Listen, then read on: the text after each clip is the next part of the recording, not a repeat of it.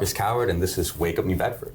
I'm here with Tyson Moultrie, former mayoral candidate for New Bedford, Air Force veteran, and businessman. Tyson, hey. Great to have you. Great to be here, Marcus. So, this is the first time we're meeting, and for anyone who's watching, where would you say that you're from, and where are you living now? So, I am from Springfield, Massachusetts originally. Sure. And then I live right over off of Union in New Bedford. Okay. Lived there since 2019. Since 2019? Yes. Okay, so maybe not the best time to move here as far as for world affairs. But Right. And so, did you move here by yourself? Do you have any other family here? Yeah, so I moved here with my wife and 2 children. Sure. Actually, the second child came after we moved here. Sure. So she'll actually be 4 on the 4th of next month. Okay. So, All right, that's great. Yeah. And so, do you miss Springfield at all? I do. I do miss Springfield. Obviously, I have family there. And so I do go back and see my family, visit certain spots that I like to eat at, you know what I mean? So, yeah. And so, Springfield, I'm assuming, is where you really started your career. Yeah. And when I say career, what first comes to mind to you? Because you've done a lot in your life. Oh, okay? Absolutely. I mean, career-wise, I would say the first thing that really set me off was working for a catering business when I was 12. Sure. Okay. You know what I mean? So that was my godmother's business. And through that, I kind of gained respect for, 1, food service, but 2, just the effort that it takes to start, maintain, and keep quality business. And so I would say that started my career mentally. Sure. And then from there, movie theater when I was 15. Okay. Worked there. One of my best friends worked at Walgreens. We saved up our money, got airbrush kits, and started our own airbrushing business. Really? While I was in high school. So that was kind of our way to take earned money and then multiply it. So, going back to your catering business that your grandmother ran, right? Godmother. Godmother, Yeah. okay. So, would you say that was a huge influence on you then starting your first business when you were 15? I would definitely say that was a big influence. Just kind of seeing how she was able to move the way she wanted to. Okay. Was a huge influence. And then always looking out for family in the mix, you know what I mean? Of course, I worked there at 12, probably not the most legal thing, but that's right. but you know what I mean? Yeah. Serving desserts to people at weddings and stuff. I bet they loved it. Oh, absolutely. Cute little kid. But I would say, for sure, just kind of being around that, seeing that. My mom was a baker, so she made a lot of the wedding cakes, and just seeing how family could work together and be cohesive and have a common goal. So, did you ever, at that age, have a vision for what your dream business was going to be, or were you just trying stuff out like this airbrushing business? I honestly did not have an idea for what my ideal business would be, but for me, as I developed, hitting that age of 15, I was into art. So it just naturally made sense for me at that time to do something that was artistic and kind of on trend when everyone wanted kind of their custom clothes. Sure. And so I just took that up and did that through high school. And then after that, moved on, you know what I mean? But I'm more of a multiple business, multiple streams. Whatever idea comes in, I guess it's a little bit of ADHD. Sure. Some might consider that. So, yeah. And so you talked about airbrushing, but I'm just personally curious about your foundation with art, because I love art. I have no skill, visual art. I guess I've done some music, some theater. But, so how did you get started with that? It started when I was about 4-ish, 5-ish. My dad would tell that story better than I. I don't have the greatest memories from that era, but I remember sitting down with my dad after I think I drew Batman or something. Okay. And my dad could only draw horses. That's the only thing he could draw. More than me. And he sat me down and he was like, wow, that's pretty good. Yeah. Let me show you how to draw a horse. And and I drew a series of different horses. Interesting. Whether they were still in movement, just their heads, tails, and just working on detail. Sure. And my mom ran a daycare, so that kind of played into when she was doing arts and crafts with the kids. Sure. I would be there at the table too, no matter what age I was, whether I was 7 years old or 13, and helping kids with their arts and crafts, because she did early education, so under 5 typically. Yeah.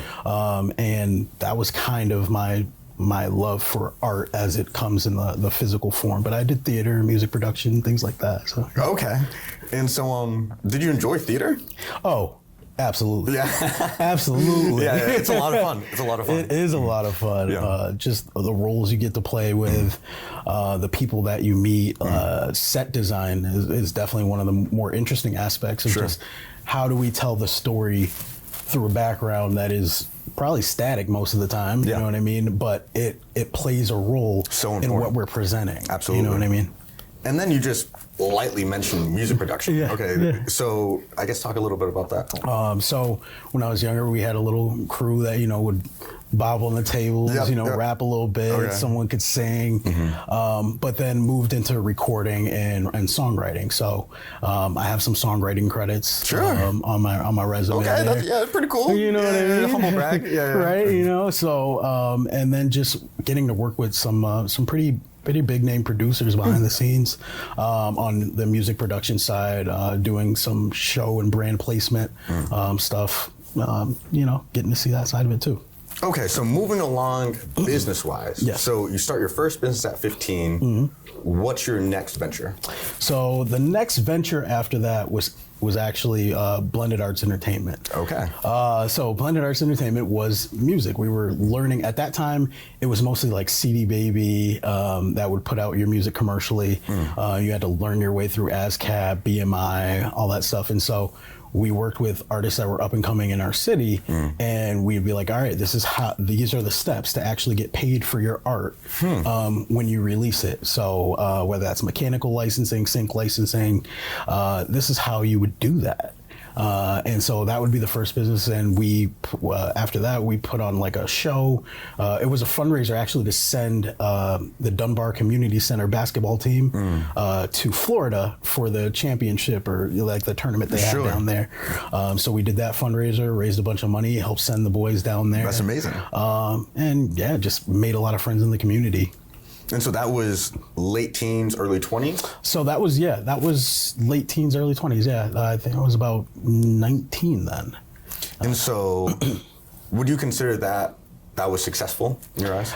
Absolutely. Yeah. Whenever a goal is hit, that is success. Yeah. Whenever you learn something through the process, that is success, because that's a step you can take on to your next venture or next phase of life. Constantly learning and evolving. There's really no failure in that. So do you feel now, but did you also feel then that you were more mature than the peers around you? I did. I got told that a lot. Yeah, it sounds like it. Yeah. I got told that a lot. Actually, when I was in ROTC in high school, there I actually got pushed to wing commander from recruiting officer. I was logistics officer. Hit wing commander my last quarter of school there. Sure. And I wanted to originally go to West Point. That was like my dream. But my colonel, he joined the military when he was 17, and he told me that the military will take everything you are and take it out of you. And he was like, you're so creative and you have such a great mind, and the way that you interact with people. He actually didn't sign off, even though I got Richard E. Neal to sign off. Wow. And I was mad at him. Yeah, I was mad at him imagine. for a long time, and Yeah. I didn't understand it then, but I understood it later. Sure. And so that's kind of how that played a role of me rejoining, or having the vision again of joining the military when I wanted to kind of reset my life. Yeah. So when did you join the military? So that was in 2010, October of 2010. And you were how in old? the military. October 2010, I was 21, 22. Sure, okay. Yeah, in the ballpark there. So during that gap, okay, so you finish high school, then are you kind of just working for those few years, figuring some stuff out? So I actually did go to college. Sure. You know what I mean? I did my time in college. Wasn't the biggest fan of it. It does teach you how to think. I think that's the most useful tool in college, is how to think, how to research, how to just push yourself a little bit further than what you knew before. Sure. My philosophy professor, one day I went in, I took a Saturday morning class, and we were just kind of spitballing thoughts, because that's what you do in philosophy, right? Especially in the ethics class. And he posed a question, because I was like, pondering whether or not to be there. What was the future going to hold? He said, if you have everything you believe you need to be successful, then why are you here? And so I got up and I left class, and that was, wow. I don't think that's what you meant by that. But okay. No, but that's crazy. Okay. Right, yeah. That was your last day in college. Okay. That was my last day. And I went into finance. So I had my insurance license, mortgage originator, Series 6, 6326, so investment side. Okay. And kind of did that from 19 to about 21. Found success there, but I didn't necessarily like the hard sales aspect of it sometimes, and seeing people as numbers versus people, saying like, if I get this person to roll over 500,000, and that means I make $8,000, and I didn't want to necessarily think of people like that, and developing kind of bad habits, because you're a kid, you don't know what it's like to have that much money. Yeah. And when you're making that much, you kind of make bad decisions. And so the military was part of that reset and kind of disciplining myself and getting back to my core values. So you felt yourself losing not just your motivation, but maybe your vision for why you're doing things? Absolutely. Yeah. Absolutely. And I feel like when you are young and impressionable, even no matter how mature you think you are, or how much you think you have things figured out, I guess the word sophomore is like, someone who thinks they have everything figured out, right? Sure. You don't. And you can be leaps and bounds and light years ahead. But it doesn't matter, because it's just that time frame of life that you're not ready for that yet. Yeah, you're still doing so much learning. Right. Yeah. Someone hands you $2 million at 12 years old, you're like, yeah, I'm a millionaire. But at 12, you don't know what that really means, and what to do with that in order to make it yield dividends far beyond being 12. So you were talking a little bit about being... So I'm really not the best with numbers. And so, but you were talking about being an investor. Okay, of sorts. Okay. Yes, yeah. And so you moved from being really artistic to then moving into money. And so what made that transition happen? I would say and forgive me, artists, all right? Okay. Artists can make a lot of money. Sure. But a lot of times what we're missing in art is the business side. And so kind of seeing both sides of it, yes, I can make some money by creating something and selling it, but then also seeing on the back end what it's like to work with the numbers. And if you make $1,000 from a particular piece, and then you go to pay your bills with that $1,000, you have to make another piece. Yeah. But if you make $1,000 from that piece, take that, and then figure out how to multiply that 1,000. Yep. Now you're in business. And I think that was the kind of the jump for me, and particularly in music, seeing that a lot of the people that made a lot of money weren't the performing artists. Yeah. It was the songwriters. Yeah.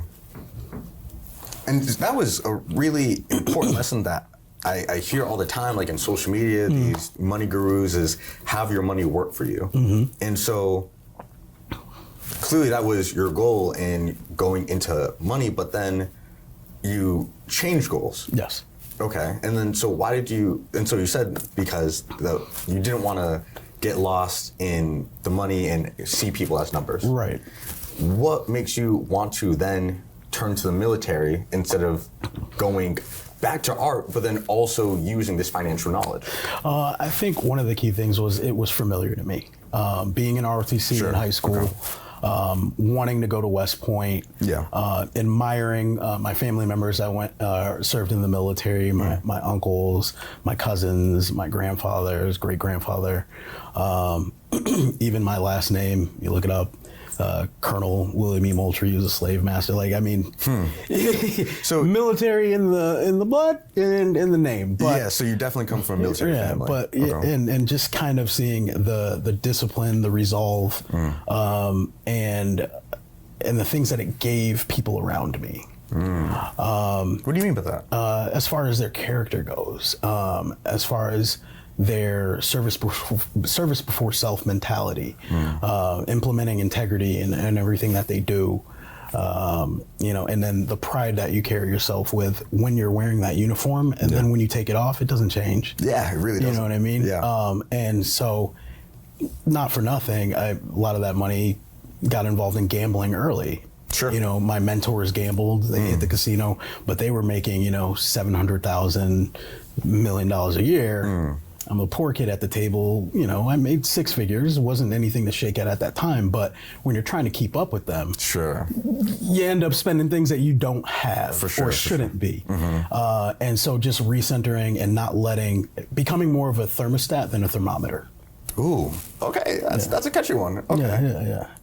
Wait, so I don't want to just wait. What do you mean by that?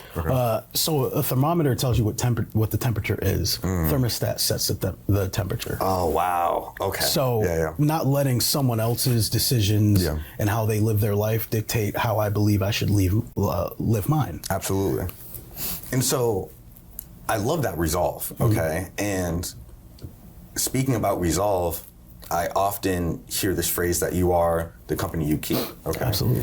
Yeah. So were you able to hold on to those friendships and business partners? Yeah, I was able to keep a good handle on some of those relationships. Obviously, they fray over time. Your interests changed. But I also believe that with, you are the company you keep, you do have to diversify your company. Always. And I don't necessarily believe that if you hang out with a bunch of drug dealers that you're a drug dealer. I know plenty of great people that help the community that hang out with drug dealers, and the reason why they do so is because they're like trying to show them another way. Yes. They're trying to be that beacon of hope for them, and I feel like you can do both. Sure. You just have the heart. You have to have the heart to do it. Yes. You have to have the mental to do it, because sometimes it can be tough walking that tightrope. Absolutely. And then it's hard to not be swayed by people. So you need to have that character, integrity, and that strong resolve. Absolutely. And so I totally agree that the military can really strengthen all of what we just listed and really give you the tools to be your own person.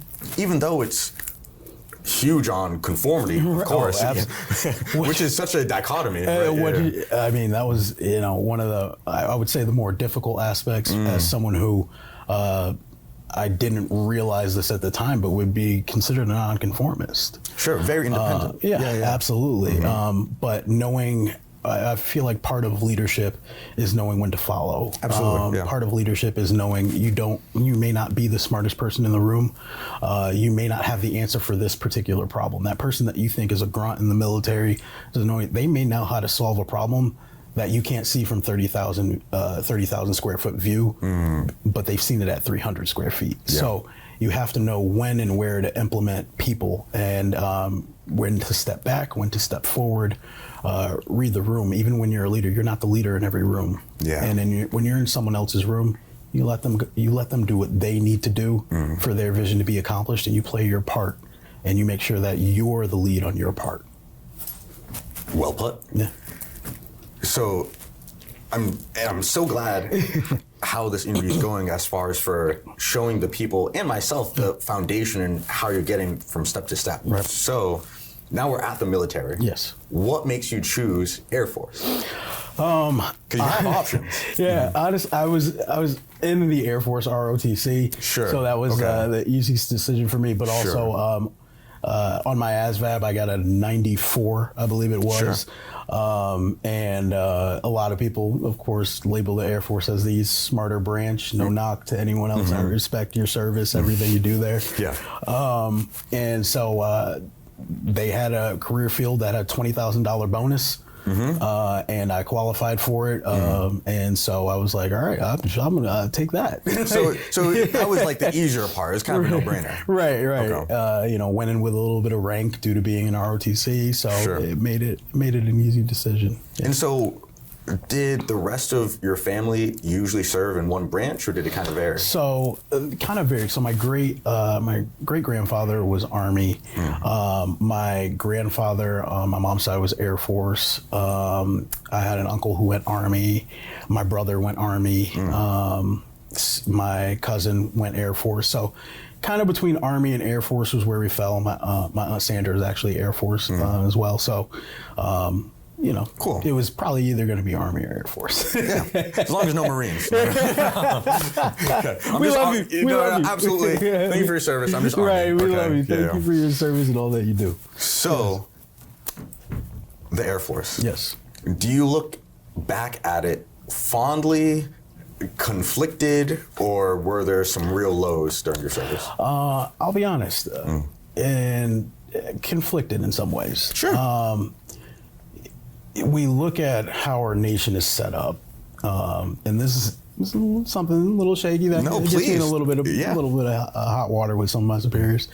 But I looked at why we were fighting wars. I looked at what it was we were actually trying to accomplish at the end of the day, and whether or not that actually lined up with who I wanted to be as a father, as a person. And I believe the military does great things, but if we're honest with ourselves, there's probably some things in our service that we're not the proudest of. Of course. There's probably some things in service that we experienced with other service members that we did not appreciate nor like. Of course. And so those are the points where I'm conflicted. Also, just the history of our nation and where we are currently. Saying, as someone who's a black or brown person serving this country and fighting for it, and you still have to fight on this soil. That's the same thing that my grandfather talks about, whether it's Vietnam War and you're a soldier over there, but you come home and you're not treated the same. Absolutely. Or shown the same respect for your service. So I think that's what's most conflicting for me about it. And then speak about some of the better parts on why you're proud of your service. I mean, just the camaraderie and the people that you met, the missions, for sure. You really find out who's who, what's what, and you kind of got to put your, for lack of a better term, money where your mouth is. I remember being on a mission and just being pointed to and saying, hey, I know you're the lowest ranking person here, but I think you can figure this out. And being able to step up in that moment, and you have a major and a lieutenant colonel there and the C-17s going in the background, and you're like, okay, so this is how we're going to move patients, or this is how we're going to do things. Being able to step up in that way, whether it's a training environment or a mission environment, like you find something in yourself and you're like, I can do this. So I think those moments are what I hold the most, and why I look at life as there's nothing that I can't accomplish, but I look at you the same way and say there's nothing you can't accomplish. Absolutely. They say the person who believes they can and the person who believes they can't, they're both right. Yeah, absolutely. I picked the path of believing I can. And so do you feel like being an entrepreneur prepared you for being a leader in the military? I would say yes. Also, I would say the difference in age when I went in. I went in a little bit older than some of the other people. There were definitely people older than me. Yeah. But a lot of the guys that came in were, 18, 19 years old. Yeah. And in basic training, they like to play games. You know what I mean? And the games that they play are to prepare you for high pressure environments and things like that. And watching how the younger side of things would get shaken by yelling, by flipping their beds, by different things like that. I can remember one time I'm sitting there making my bed. I got to do hospital corners, keep it tight, all that. And the sergeant's just walking around drilling people that are messing it up, and they're hurrying, just tucking, and this, no, not right, flip the bed. You know what I mean? And they have to start from scratch. But then sergeant comes around to me, he's yelling in my ear, and I'm taking my time, tucking in. And what I realized at the moment, he wasn't going to flip a bed that was being done right. No matter the speed, no matter what he was saying, my focus had to be on my job. Yes. What was I trying to accomplish in that moment, no matter what else was going on? Yeah. And I think that lines up with being an entrepreneur. You're like, all of these things are happening in life. Wife's pregnant, cousin is, needs bail money, this this thing isn't working and I need to change this marketing strategy. No matter what's going on, at the end of the day, you're like, I want to be successful. And so taking all of that and still being able to focus on, this is the path I have to take, and still following it, and I guess trusting the process, that is, it relates very heavily to that, even in those small moments. And I appreciate that. So what was your motivation for being an entrepreneur? Was it to make money? Was it to reach success? Or was it to help the community? How do you say in your mind? Honestly, all the above. Yeah. I mean, I don't think there's anyone who does something to be broke. Sure. You know what I mean? Yeah. It's an unfortunate truth and fact of life that we need money to survive, whether it's your money or someone else's money, right?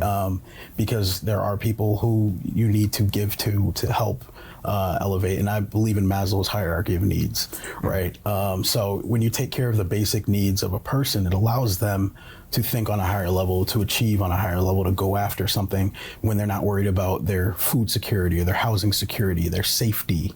They're able to, or their physical needs, medical needs. When you take away those things, you start to have higher level problem solvers. Sure. Because those things are wiped off their plate. They're like, I know where I'm going to sleep tonight. I know where my next meal is coming from. I know I'm healthy. I know that I'm safe and not in any danger. So now I can focus on, the cure for cancer. Absolutely. No, I know what you mean. That's why not for nothing, you find a lot of the innovators of the world, and you look at where their life started. A lot of them started pretty high on the echelon there. They were already going to Harvard. I'm not surprised Mark Zuckerberg came up with Facebook. He wasn't worried about his housing and food security. He was already going to Harvard. Elon Musk comes from a great family as far as money is concerned. So he wasn't worried about certain things. So he could think about space. Yeah, exactly. You know what I mean? As a civilian who's not part of NASA, you can think about space exploration. Then you have, your Jeff Bezos started modestly, but once you get to a certain level, man, you're like, I can think of some other things. Absolutely. So I think there's something to be said when we take care of people's basic needs of what can truly be accomplished from a human race perspective. Yeah, when you're not thinking about survival, you're able to think about success. Ooh. Yeah. I was cooking when you were talking about that. Couldn't have done it without you. With a bar right there. Listen. So that's really part one. And we have so much to talk about in part two. We haven't talked about your experience in the political scene, which I'm super excited to get to. Yeah. We want to finish up with his military service and how that ended and how that transitioned, along with his experience with being a business owner. And we're going to talk about some do's and don'ts in part two. Thank you all for watching. And this has been Tyson Moultrie. Thank you.